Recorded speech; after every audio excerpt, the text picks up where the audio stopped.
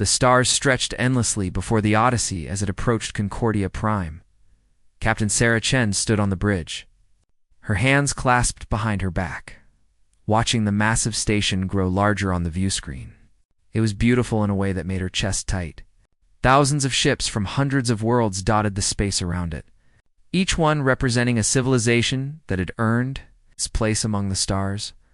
Earth was about to ask for that same recognition.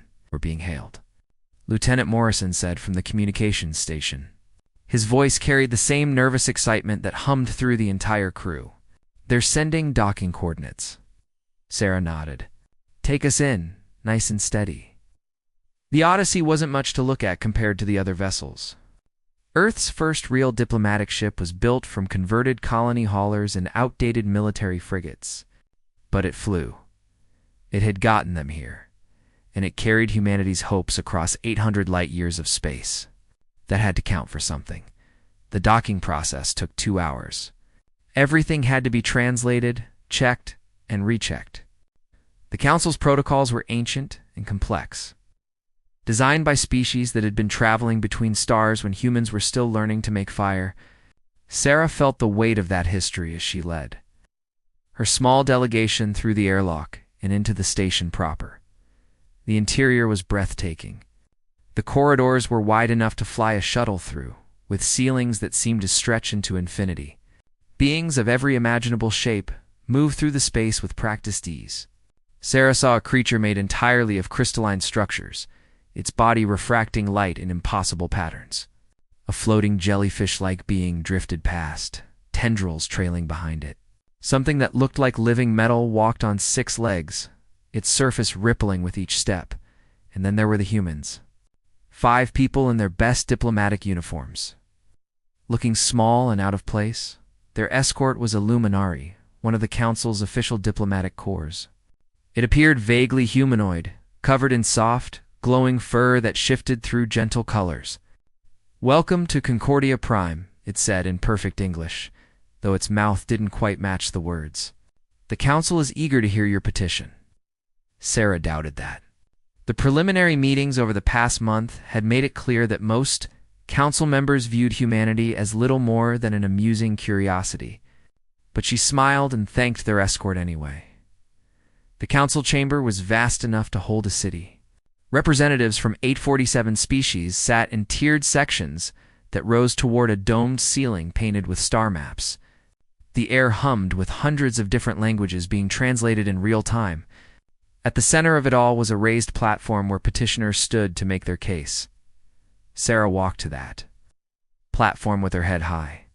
Behind her, Dr. Okonkwo carried the data cores containing everything humanity wanted to share about themselves. Their technology, their culture, their history, their dreams of joining the galactic community as equals. The Council speaker, a Vaxial named Crystallintho Tovemorning, called the session to order. Its body flashed with light patterns that the translation system rendered as speech. The species known as humanity requests recognition as a spacefaring civilization and petitions for Council membership. Let them present their case. Sarah began her presentation.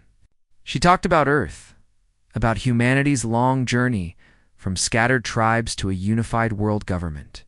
She showed them human art and music, demonstrated their technology, and explained their values. She spoke about the mistakes humans had made, the wars they had fought, and the lessons they had learned. She was honest about their flaws and passionate about their potential. The first laugh came from the Kreth section. It was a hissing sound that the translator rendered as cruel amusement. Soon, others joined in. The crystalline Vaxel flashed in patterns that looked like sparkling mockery. Even the peaceful Luminari seemed to be struggling not to show their amusement. Fusion Drives, one of the Kreth representatives said, its reptilian face twisted in what might have been a smile. They still use fusion drives. How delightfully primitive, their weapons of Vaxel added, light dancing across its form. Kinetic projectiles. Mass drivers. I believe my species abandoned such things 40,000 years ago. The speaker allowed the comments, making no effort to restore order. Sarah stood on the platform, her jaw tight, and waited for the laughter to die down. Dr. Okonkwo's hand trembled slightly as he held the data cores that suddenly seemed so inadequate. When silence finally returned, "Cool," Sarah continued. She presented humanity's achievements in medicine, their progress in AI and quantum computing, their successful terraforming of Mars. With each point, she could see the dismissal in their eyes. To them, humanity was a child playing with toys, while adults discussed real matters. The questions that followed were worse than the laughter. They were polite, condescending, and designed to highlight humanity's inadequacies. How did humans expect to navigate council politics when they had only unified their own world 50 years ago? What did they think they could contribute to a galactic community that had existed for millions of years? Did they truly believe that their short lifespans and limited perspective qualified them for serious consideration?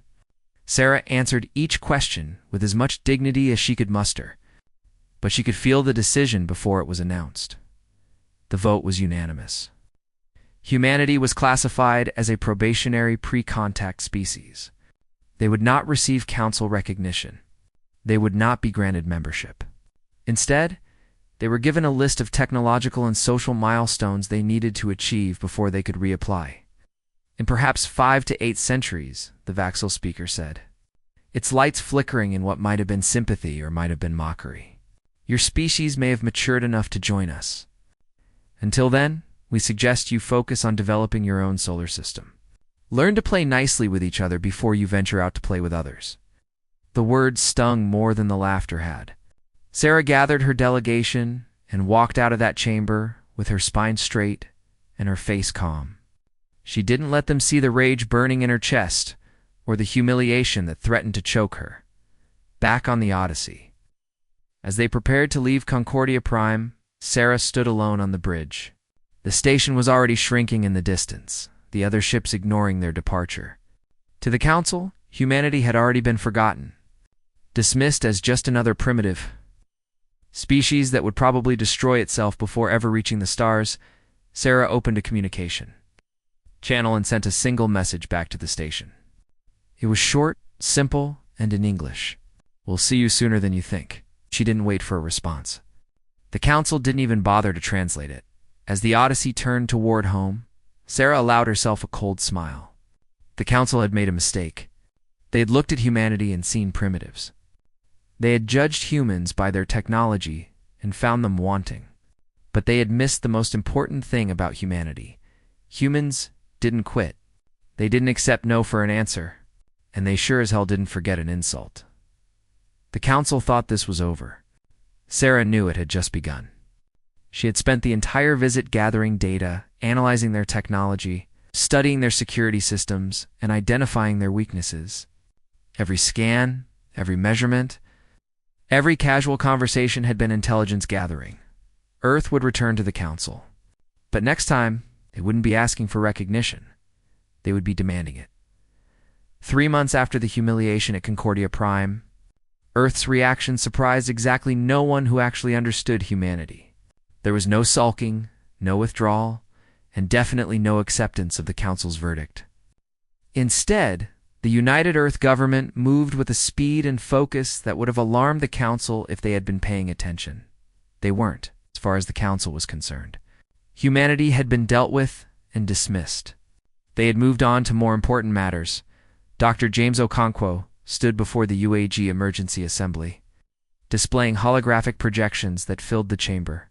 He was exhausted, having barely slept since returning from Concordia Prime, but his eyes blazed with excitement. "The Council made a critical error," he said, highlighting sections of data that scrolled through the air. "They judged us by their standards, which means they completely misunderstood what they were looking at." "Explain," President Martinez said. She sat at the center of the assembly, her fingers steepled, her expression intense. "Their technology is optimized for efficiency and longevity. They've had millions of years of peaceful expansion to refine their systems. Everything they build is designed to last forever, use minimal energy, and operate within very specific parameters." James pulled up schematics of Council vessels. "Look at their shields. Perfect energy dissipation, nearly impervious to directed energy weapons. They've spent millennia perfecting them, and," Martinez prompted. and they're useless against kinetic weapons. James grinned. No civilized species has used mass drivers in space combat for thousands of years. Why would they? It's primitive, inefficient, and considered barbaric. So they optimize their defenses against what they actually face. Which means their shields might as well be tissue paper against a tungsten slug moving at a fraction of light speed. The assembly erupted in conversation. James waited for silence, then continued. That's just one example. Their quantum communication networks are beautiful and elegant, but they take hours to send messages across galactic distances. Our relay drone network, built on brute force and redundancy, can do it in minutes. Their ships are streamlined for efficiency. Ours are built with redundant systems because we're used to things breaking in combat. You're saying their advancement is actually a weakness. Defense Minister Kowalski asked. I'm saying they've forgotten what real competition looks like, James replied. They've had peace for 12,000 years. They don't innovate anymore because they don't need to. We've had war for our entire existence. We've never stopped innovating because if we did, we died. President Martinez leaned forward. What do you need? Everything, James said. Every resource, every scientist, every engineer. And I need the military to start building ships that will make the Council very uncomfortable. You'll have it, Martinez said. As of now, the Prometheus Initiative is Earth's top priority. While scientists worked on leapfrogging Council technology through unconventional means, the outer colonies became humanity's secret shipyards. Captain Marcus Webb oversaw the construction far from Earth, where Council sensors wouldn't accidentally stumble across what humanity was building. The new ships didn't look like exploration vessels. They were predators, built from the lessons of every war humanity had ever fought. Railguns that could punch through energy shields. Missile pods, carrying warheads that violated Council conventions on destructive force. Armor designed to ablate under fire rather than deflect it. Because sometimes the best defense was accepting you were going to get hit, and making sure you survived it anyway. Most importantly, the ships had AI targeting systems that would have horrified the ethics-bound Council. The Council had banned true artificial intelligence centuries ago after some ancient conflict. They used limited computer systems that required biological oversight for anything important. Humanity had no such restrictions and saw no reason to adopt them. Sir, the Council monitoring posts, one of Webb's officers said nervously. If they detect what we're building, they won't, Webb replied, watching a frigate take shape in the construction bay. They haven't updated their sensor networks in 1,000 years. We're using emissions profiles that look like standard mining operations. By the time they figure it out, it'll be too late. Back on Earth, Sarah Chen had been promoted to Director of Xena Diplomacy. Her new job was understanding everything about the Council, and she had discovered something remarkable in the data they had gathered. The Council was complacent. Dangerously so. They haven't fought a real war in 12,000 years, she explained to a room full of military and intelligence officials. Their militaries exist for ceremony and tradition. They have weapons, yes, but they're antiques. Maintained for historical significance, not actual use. You're sure about this? Admiral Richardson asked. Completely. Look at the Kreth Dominion. They're considered one of the Council's military powers. Their fleet consists of ships that are older than human civilization. They've never been updated because they've never needed to be. Why improve something that's never actually used in combat? Sarah pulled up footage from Concordia Prime showing the various species in the Council chamber. More importantly, look at their behavior. They're arrogant. They genuinely believe that their age and advancement make them superior. They looked at us and saw primitives because we still use kinetic weapons and fusion drives. They never considered that maybe we use those things because they work. So what's your assessment? President Martinez asked via secure link. They're vulnerable, Sarah said simply. Militarily, technologically, and psychologically. They've built a society based on the assumption that they'll never face a real threat again. They're the galaxy's dominant power because no one has challenged them in millennia. But that's not strength. That's just inertia. You think we can take them? Sarah smiled. I think we can make them very, very nervous. And nervous people make mistakes. The Prometheus initiative moved forward with startling speed. Human scientists, freed from the assumption that council methods were the only methods, started finding solutions the council had never considered. They couldn't match council technology in elegance or efficiency, but they didn't need to. They just needed it to work. Dr. Yuki Tanaka developed a jump drive that broke every rule of physics the council thought they understood. It was unstable, dangerous, and consumed obscene amounts of energy. It also cut travel time by 70% compared to council quantum drives. "It'll probably kill us all eventually," Yuki said cheerfully. "But it works right now, and that's what matters." Commander Liu Jung created a targeting AI that made council point defense systems look like antiques. It didn't just calculate trajectories.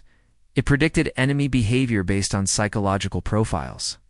It was unsettling, possibly unethical, and absolutely devastating in simulations. The council would never build this, Liu admitted.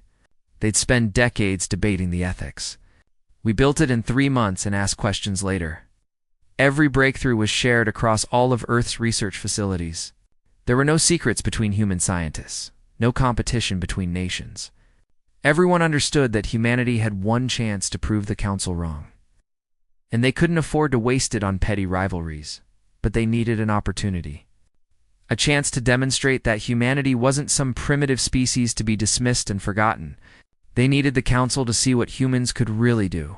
The opportunity would come sooner than anyone expected, and it would be written in fire across the stars in the outer colonies. The first of the new warships completed their trials.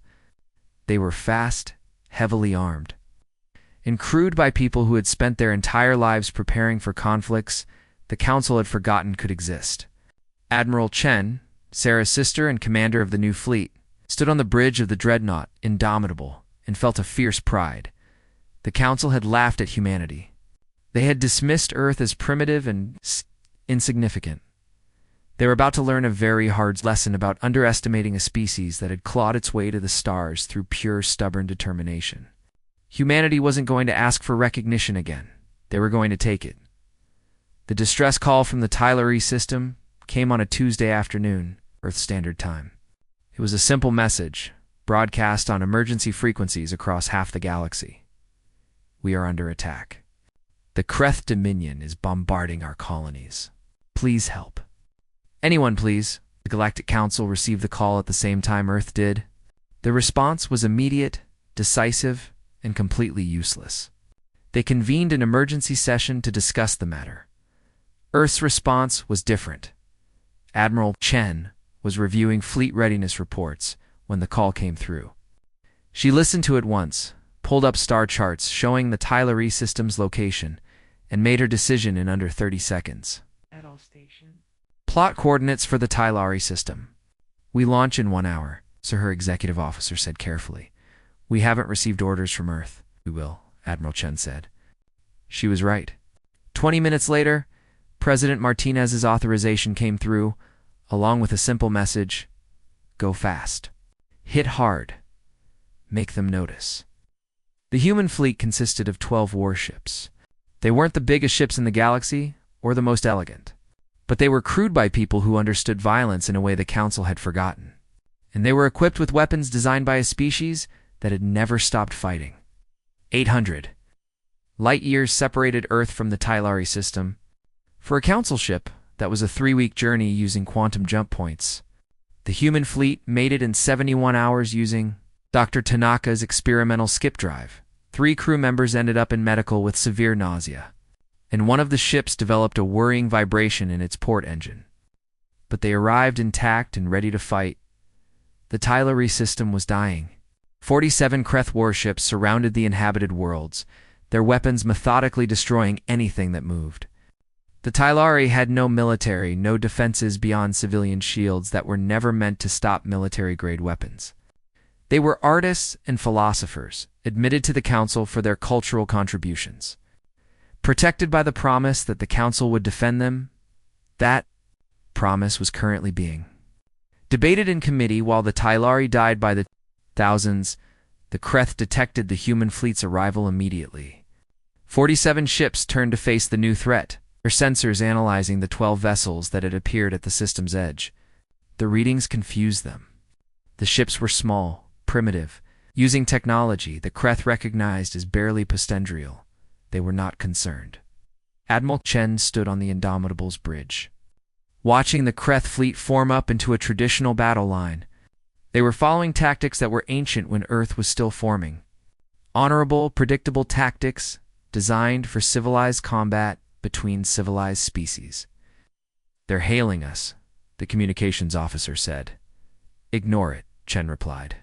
"All ships execute attack pattern barbarian." The Kreth never had a chance to finish their hail. The human ships didn't slow down for a civilized exchange of challenges. They didn't form up into a proper battle line. They just attacked, accelerating at speeds that would have been considered reckless by Council standards, firing before anyone expected combat to begin. The Indomitable's railguns opened up first. Tungsten slugs the size of small cars accelerated to a significant fraction of light speed. They hit Kreth shields designed to deflect energy weapons and went straight through them, like they weren't there. 3 Kreth ships died in the first salvo, their hulls torn apart by kinetic impacts that turned their interiors into debris clouds. The Kreth panicked. They had shields up. They had active defenses. They had done everything right according to thousands of years of military doctrine, and they were being torn apart by weapons that shouldn't have been effective. They tried to return fire. Energy beams lashed out at human ships, striking armor that had been specifically designed to dissipate heat. The beams scorched and melted, but they didn't penetrate. The Kreth weapons were optimized for the energy warfare that everyone used, not for the heavily armored brawlers that humanity had built. Then the missiles arrived. Thousands of them, launched from pods on every human ship. The Kreth point defense systems engaged, shooting down the first wave easily, and the second wave. By the third wave, the systems were overwhelmed. The missiles got through. They weren't particularly sophisticated. Just simple, reliable weapons with good sensors and better warheads. But there were so many of them, and they kept coming. And the Kreth ships started dying faster than their commanders could process what was happening. "Enemy fleet breaking formation," the tactical officer reported. Multiple ships attempting to flee. "Let them run," Chen ordered. "Focus on the ships still firing on Tylari positions." The battle lasted 17 minutes. When it was over, 17 Kreth warships were destroyed, 8 were crippled beyond the ability to flee, and the rest were running for the nearest jump point. The human fleet had sustained damage, but no losses. 2 ships were combat ineffective, but they could be repaired. More importantly, the artillery were safe. Admiral Chen opened a communication channel to the fleeing Kreth fleet. She made sure it was broadcast on frequencies the entire galaxy would hear. "This is Admiral Chen of the United Earth Fleet. You have 20 hours to withdraw from all Talari worlds and provide full reparations for the damage you've caused. If you fail to comply, we will visit your home world next. This is not a negotiation. This is not a request. This is a statement of fact. You have 23 hours and 59 minutes. The Kreth fled. They didn't respond, didn't threaten, didn't bluster about honor or glory. They just ran, jumping out of the system as fast as their damaged ships could manage. The Council, monitoring the incident through long-range sensors, couldn't believe what they had just witnessed. A species they had dismissed as primitive 3 months ago had just defeated one of the Council's military powers in minutes. Using technology that shouldn't have worked? Employing tactics that violated every convention of civilized warfare. Earth's next transmission was directed at Concordia Prime. Admiral Chen's face appeared on every council member's personal communication system simultaneously. So, Tylari asked for help. You debated, reacted.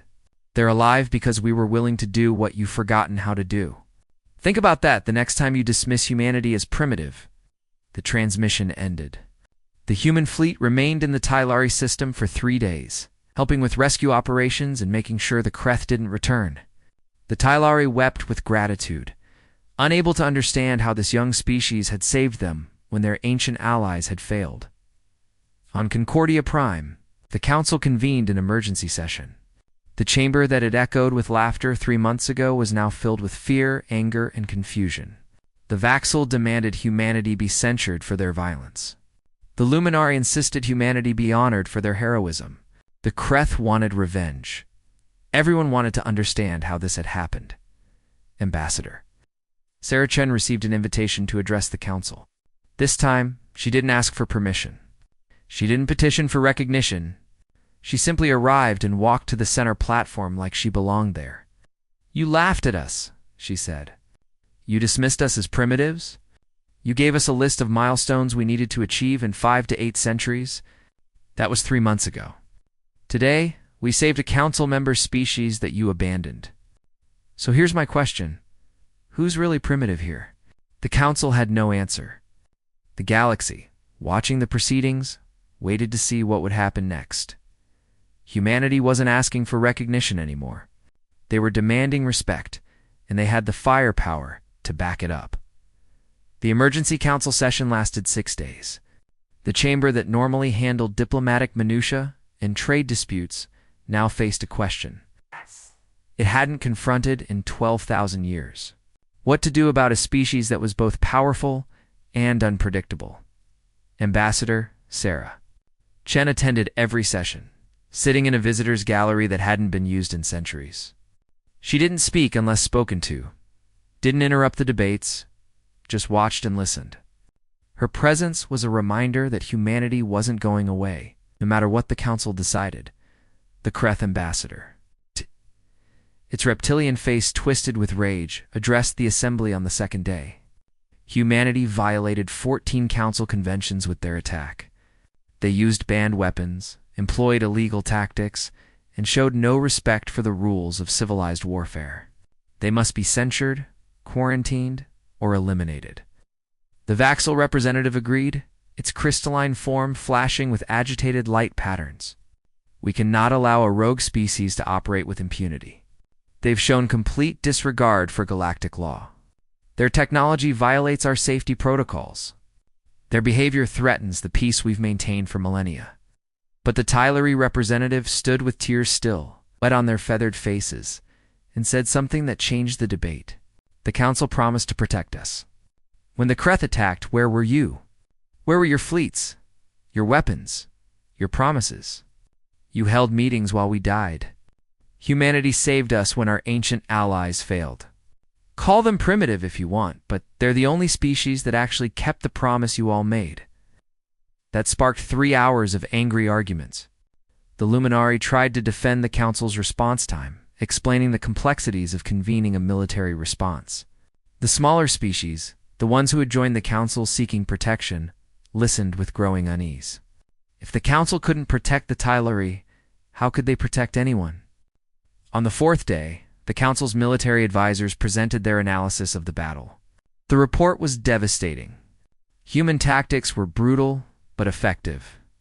Their technology was primitive but specifically designed to counter council defenses. Their ships were crude but surprisingly resilient. Worst of all, the entire human fleet was less than 4 months old. "If this is what they built in 4 months," one advisor said quietly, "what will they build in 4 years?" The Kreth ambassador demanded the council form a coalition fleet to quarantine human space. "We must act now, before they become more powerful. Before they build more ships, develop more weapons, corrupt more species with their violent ways." The vote was called on the 5th day. The proposal: isolate humanity, enforce a military blockade, and prevent them from having any contact with other council species. It was an extreme measure, used only twice in council history. Both times against species that had proven truly dangerous to galactic stability before the vote could begin. Sarah Chen stood. She hadn't been given permission to speak, but she spoke anyway, and her voice carried through the chamber. "You can't decide whether to thank us or destroy us," she said. "So let me make this simple. You denied us recognition because we were too primitive. Now, you want to eliminate us because we're too effective. The problem isn't humanity. The problem is your hypocrisy." The chamber erupted. The speaker tried to restore order, but Sarah kept talking, her voice cutting through the chaos. "For 12,000 years, you've enjoyed peace because you forgot what war actually is. You've turned your militaries into museums. You made your weapons into art. You created a system where the strong prey on the weak, confident that your bureaucracy would protect everyone. The Tylery nearly went extinct waiting for you to decide the proper font for your strongly worded letter. She pulled up holographic displays showing the timeline of the Kreth attack. 30 million Tylari died in the 3 weeks it took you to convene this session. We were there in 71 hours. We didn't debate or form committees. We just acted. That's what you've forgotten how to do. The Vaxel ambassador flashed angrily. You glorify violence and call it virtue, Sarah said. We recognize violence for what it is, sometimes necessary to protect the innocent. You pretend it doesn't exist, and then act surprised when species like the Kreth exploit your pacifism. How many more will die while you debate? She walked to the center of the platform, addressing the entire council. Humanity offers you a choice. Accept us as equals with full council representation, and we'll share our technology. We'll become the sword you forgot how to wield. We'll protect species that can't protect themselves. Or refuse, and watch as we build alliances with every species you've failed. Either way, we're not leaving. We're here to stay. The vote was held that evening.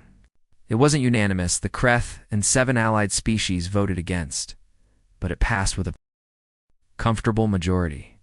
Humanity was granted provisional council membership, subject to civilizing reforms and oversight. Sarah accepted graciously, knowing the real victory wasn't the vote.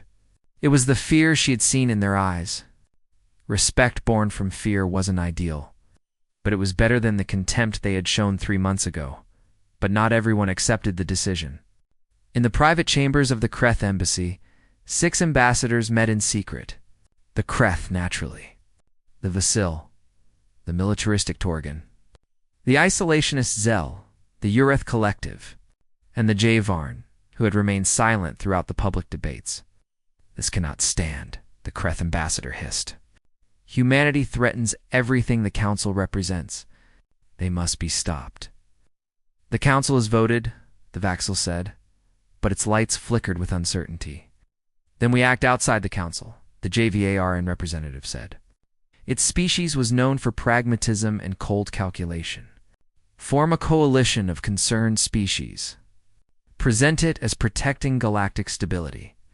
By the time the bureaucracy responds, humanity will be extinct and will ask forgiveness rather than permission. Ow. They called themselves the Purity Alliance. The name was chosen carefully. It sounded noble, defensive, protective. It implied they were preserving something valuable rather than destroying something threatening. Within 2 weeks, they had recruited 12 species to their cause. Within a month, they were building a fleet. On Earth, intelligence agencies detected the buildup. Admiral Chen read the reports with grim satisfaction. They're going to attack us, she said. Should we warn the council? Her intelligence chief asked. No, let them come. The council needs to see what happens when you threaten humanity. Besides, we've been building ships for 4 months now. Let's see if the Purity Alliance is ready to face what we've become. Sarah returned to Earth and met with her sister in their childhood home in Beijing. They sat in the garden where they had played as children, drinking tea and watching the sunset. War is coming, Admiral Chen said. I know, Sarah replied. Will we win? Sarah smiled. They think this is about technology and weapons. They still don't understand what makes humanity dangerous. We don't fight to win. We fight because we refuse to lose. There's a difference. And if they destroy us, they won't. Because we're not fighting for council recognition or galactic prestige. We're fighting because some species thinks they can tell us what we're allowed to be. Humanity has never responded well to that, Admiral Chen laughed. No, we really haven't. 6 weeks after humanity gained provisional council membership, the Purity Alliance launched their attack. 20 species, nearly 400 ships, coordinated assaults across 3 sectors of human space. Their plan was elegant. Overwhelm Earth's scattered forces, strike at the homeworld, and present the council. The completed genocide before anyone could intervene. What they didn't know was that humanity had been preparing for this since the moment they left Concordia Prime the first time. Every colony was fortified. Every civilian vessel carried weapons. Every human in space understood that the galaxy didn't want them to exist. And humanity had never been very good at doing what others wanted. First attack hit the mining colony of New Johannesburg at 0300 station time. 20 Purity Alliance warships dropped out of quantum space and opened fire immediately. Following the established doctrine of overwhelming force before the enemy could respond, their sensors showed 3 human defenders. Outdated frigates that shouldn't have posed any threat to their superior numbers. The battle went wrong for the Alliance in the first 30 seconds. The colony itself lit up with weapons fire. Mining lasers designed to cut through asteroids pivoted to target warships. Their beams powerful enough to boil through Alliance shields. Or processors that should have been civilian equipment began hurling refined metal at relativistic speeds. What looked like cargo containers detached from the station and revealed themselves as missile platforms. The 3 human frigates didn't defend. They attacked, using the colony as covering fire, their tactics aggressive and completely unpredictable. They targeted engines first, crippling Alliance ships before they could maneuver. They fired from positions that should have been suicidal, taking hits that should have destroyed them, and kept fighting through damage that would have forced Council ships to surrender. When human reinforcements arrived 20 minutes later, the Alliance had lost 8 ships. The humans had lost 1 frigate. And even that ship had taken 3 Alliance vessels with it as it died. This pattern repeated across human space. At the agricultural colony of New Eden, civilian transport ships revealed hidden weapons and fought with the desperation of people protecting their homes.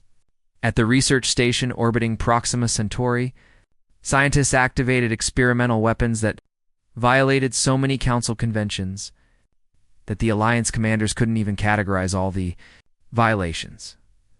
The Alliance had attacked what they thought was a spacefaring civilization. They discovered too late they had attacked a species, where every colony was a fortress and every citizen was a potential soldier. Humanity hadn't just built warships. They had militarized their entire presence in space, because they had learned across centuries of war that survival meant being ready for violence anywhere. Anytime Admiral Chen coordinated the defense from the Indomitable, but calling it a defense was misleading. Human ships didn't hold position and wait for the enemy. They hunted. Small squadrons stalked Alliance vessels through asteroid fields and gas clouds. Single ships ambushed convoys using guerrilla tactics that violated every principle of honorable warfare. Human captains faked surrenders, used fake distress calls, and employed psychological warfare that left Alliance crews paranoid and jumpy. The Alliance was fighting by ancient rules of engagement, rules that assumed honor and civilization. Humanity was fighting to survive, using every dirty trick they had learned in thousands of years of killing each other. The Alliance discovered that when you fight someone who isn't playing by your rules, the rules become a weakness. On the 3rd day of the war, Admiral Chen authorized the use of weapons the Council had banned 2,000 years ago. Nuclear warheads, viral nanites, kinetic kill vehicles. The Alliance commanders couldn't believe what they were seeing. These weapons were primitive, crude, and absolutely devastating against targets that had never developed defenses for them. They're barbarians, the Kreth Fleet commander transmitted to his allies. They have no honor, no civilization, no concept of proper warfare. The message was intercepted by human intelligence. Admiral Chen's response was broadcast on all frequencies. Honor is a luxury for species that can afford to lose gracefully. We're not civilized by your standards because your standards get people killed. Ask the Tylari how much your honor was worth. The Alliance fleet regrouped at the neutral system of Tartarus, licking their wounds and trying to understand how they were losing. They had numbers. They had technology. They had the support of 20 species. Against them, humanity alone, outnumbered and somehow winning. The Alliance commanders made a decision. If they couldn't defeat humanity's scattered colonies, they would strike at Earth itself. Cut off the head, and the body would die, 6 days into the war. The largest fleet ever assembled by the Purity Alliance jumped into the Sol system. 283 warships, representing the military might of 20 civilizations. Against them, the human home fleet. 62 ships protecting their birth world. The Council's long-range sensors detected the battle preparation. Emergency broadcasts went out. This was it, humanity's final stand. Most Council members expected Earth to fall within hours. The betting pools on Concordia Prime gave humanity less than 10% chance of survival. The Alliance fleet approached Earth.